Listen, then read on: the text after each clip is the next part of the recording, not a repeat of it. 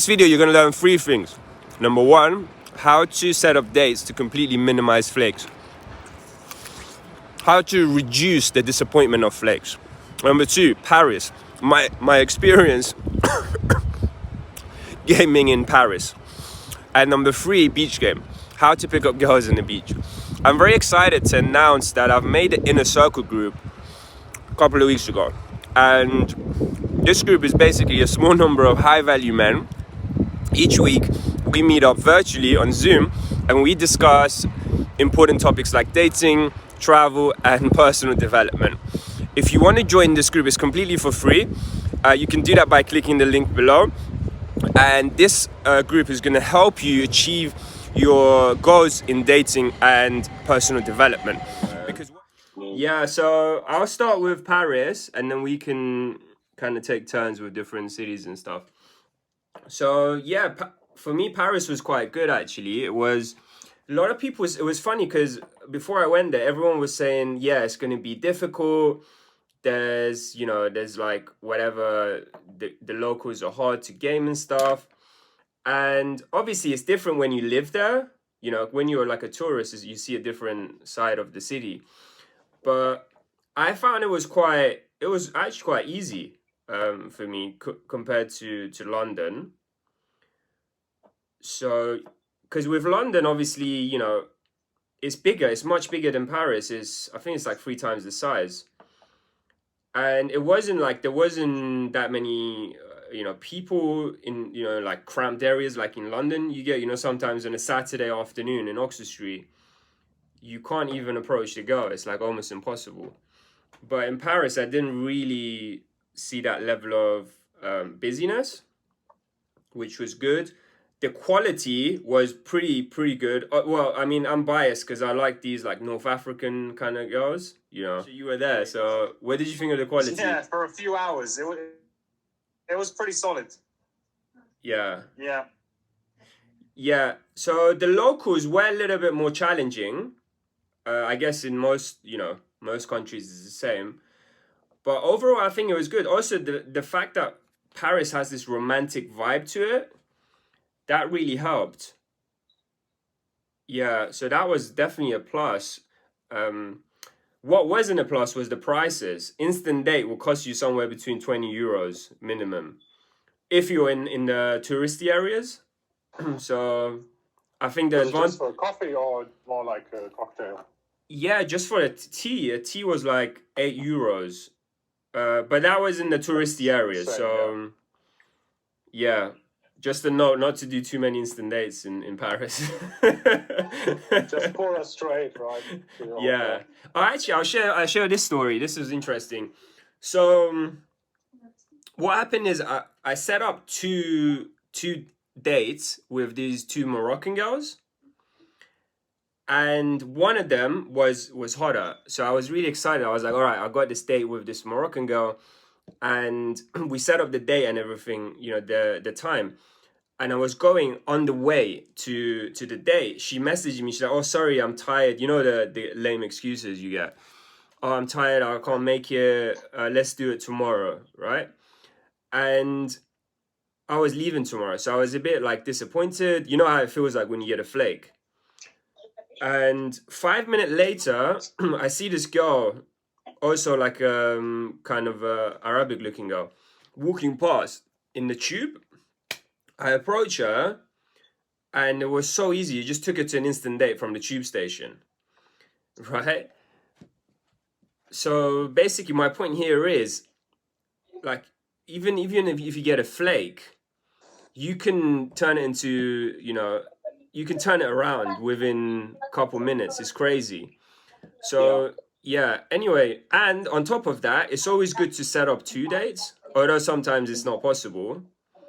If you set up 2 days, I remember actually Paul Janka, he used to do this. He used to set up 3 dates in one day. Right? Obviously, I know, you need, a lot of numbers to do that and stuff. But if you do that, and then when you get a flake, you don't even feel the effects, the effects of having that flake. So I went on an instant date with her, spent about half an hour, And that's when I realized, all right, the instant dates in Paris can be, crazy, crazy expensive. And then I went on a date with this other girl, this also Moroccan. Yeah, and that was all good. So that was my point here. Is when if you get a flake, then if you have like a backup date, then you don't even feel like disappointed as much. And plus, if you keep approaching, even if you get a flake, if you go out and meet new people, you're probably going to get some kind of result. I'm just wondering, did all the the girl you were going to go on a date with, did she know you were only there for a couple of days, or did she think you were living there, or like what did she know the situation? Yeah, totally. She knew exactly I was there for like 3 days. I told him everything. Yeah. Yeah. That's it, because it's quite similar to what I had. It's like once a lot of girls found out I was there for a short time, they almost became less likely to come out on the date. And they were saying stuff like, "Oh, let's do like this day next week," and I'm like, "Oh, I've already told you I can't make it." So I'm wondering if it's like a similar thing, if other people have experienced that as well. Well, I think my experience might have been biased because the girls that I met, they had nothing to do. They were students that were going to start in like 2 weeks. One of them was just moved to Paris, so she was kind of finding a apartment to live in. She wasn't working. Yeah, I guess if they're working and stuff, that can, well, you guys already know, right? They got stuff to do in the weekend and shit. Yeah. I got a quick question on the double dating and triple dating.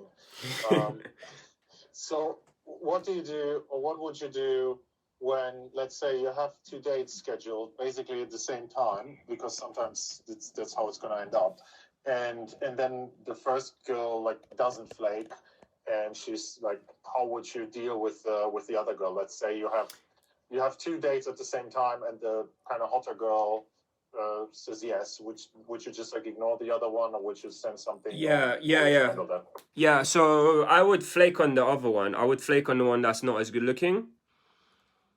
Yeah. So yeah.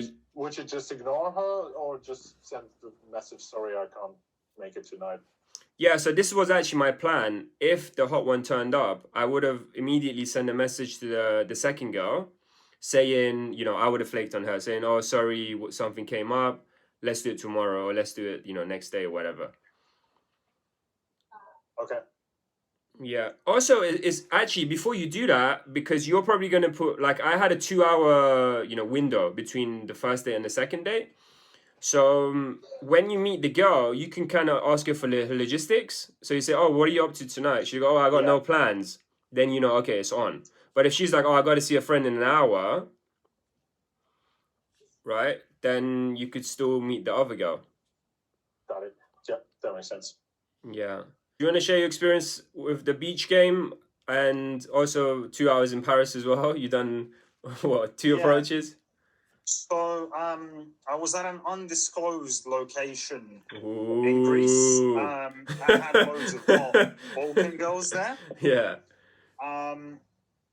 So I mean, here's the thing: in terms of the quality, was amazing, but the main issue that I encountered was the girls were mainly in groups of at least 2, and it just kind of made things a lot harder. And I think it revealed, it's one thing to kind of, put in a performance when you see a kind of solo girl, but, approaching groups is a different ballgame, and you need to bring more passion, more energy, more attraction.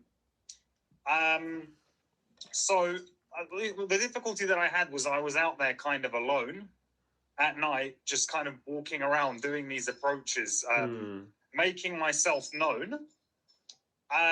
But I did learn a ridiculous amount as a result of that week. So even though it was quite hard, I kind of definitely found out that there are some maybe additional sticking points that I wasn't aware of prior. I also, you know, got a lot more comfortable approaching groups on my own, and I also did a bit of beach game. So on the, I mean, the beach is a completely different ball game. Obviously, on the streets, you can kind of just spam it out as much as you want. You can just, you know, run around. Nobody cares.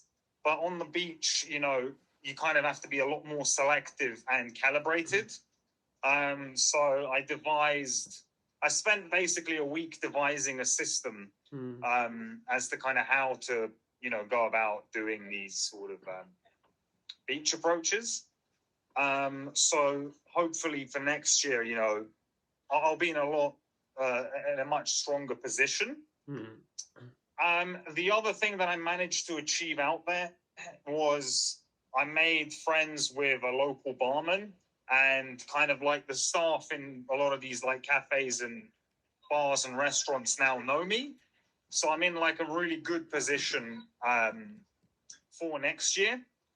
I managed to have one date out there with a ridiculously hot Serbian girl. Ooh, yeah, I remember that one. Yeah. Well, I was texting you about it after. So that was kind of, I guess, beach / kind of resort game. So if then you, I spent. Well, if you had to summarize it, so in terms of like things that the guys could take when they go to a beach, so what is it that you have to do? Like, what's the game there then?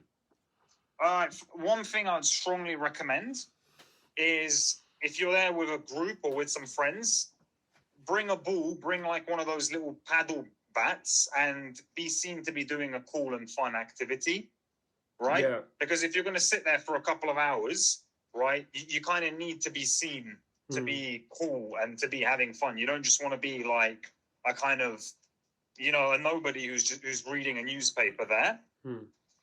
That's number one. Number two, don't go all in. Like, sit for like 15 minutes, observe, see who belongs to what group.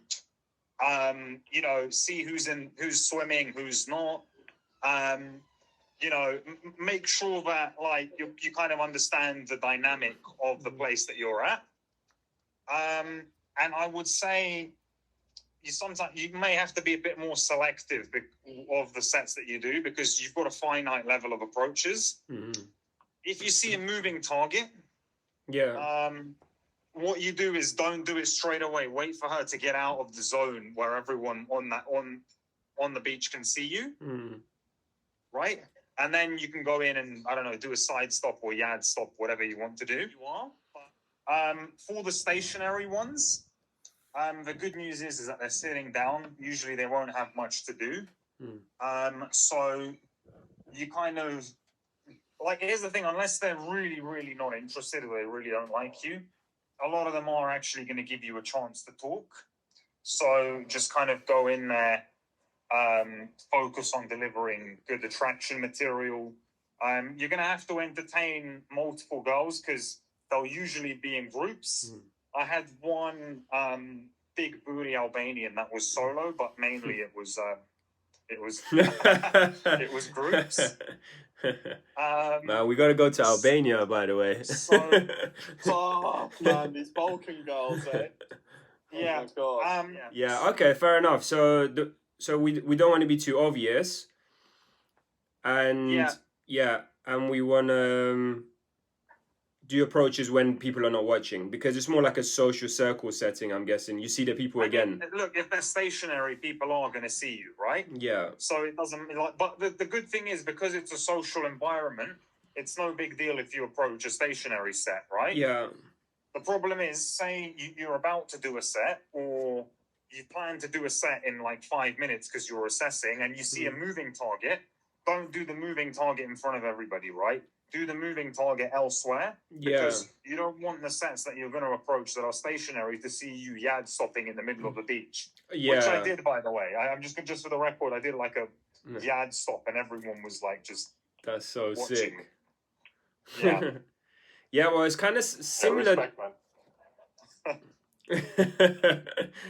That's so good.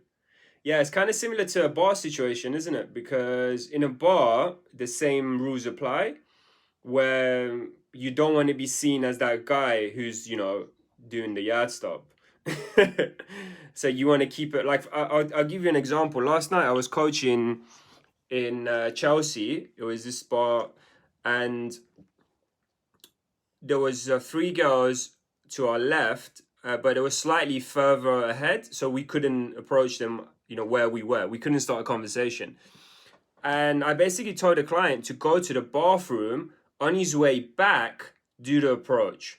So he's kind of like he's coming, you know, from the bathroom. He didn't get up to approach them.